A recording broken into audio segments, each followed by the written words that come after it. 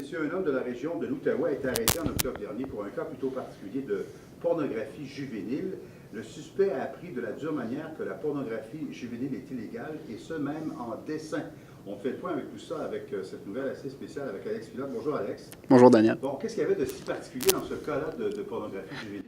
Eh bien, Daniel, pour ce cas de pornographie juvénile, ce qu'il y avait de spécial, c'est que ce n'était pas des photos ou des vidéos pornographiques, mais bien des bandes dessinées plutôt. Je parle de des hentai, comme on dit. C'est des bandes dessinées pornographiques d'origine japonaise.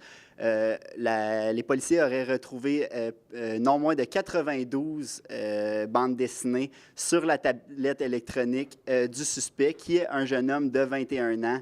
De la région de l'Outaouais, de la ville de Gatineau. Selon plusieurs dires de la mère du suspect, il vit avec des troubles de santé mentale et dont des voix qui lui disent quoi faire. Mais avec l'enquête de la police, comme j'ai mentionné, ils ont retrouvé 92 bandes dessinées pornographiques juvéniles, ce qui le met dans l'eau chaude. Oui, maintenant, il n'y a pas seulement regardé, il y a des mineurs aussi qui sont impliqués. Le suspect aurait aussi été coupable d'avoir lancé des invitations douteuses à des mineurs.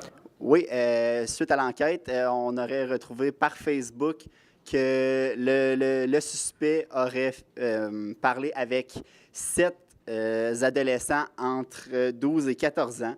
Donc, il se faisait plus précisément passer pour un jeune homme dans des gangs de rue pour impressionner ces jeunes gens. Il les invitait même à venir chez eux. Il les essayait de les inciter à venir en leur offrant de la marijuana ou même de coucher chez eux. Il y en a qui ont même qui ont été piégés. Il y en a un qui a dit avoir été caressé par l'homme pendant son sommeil et après l'avoir traité de pédophile, avoir reçu des menaces de mort envers sa famille. Donc, on voit vraiment que le suspect est dans l'eau chaude et que ce sera des bandes dessinées plutôt coûteuses pour le suspect et qu'il aurait mieux aimé lire, on croit bien, des Tintins ou des Astérix.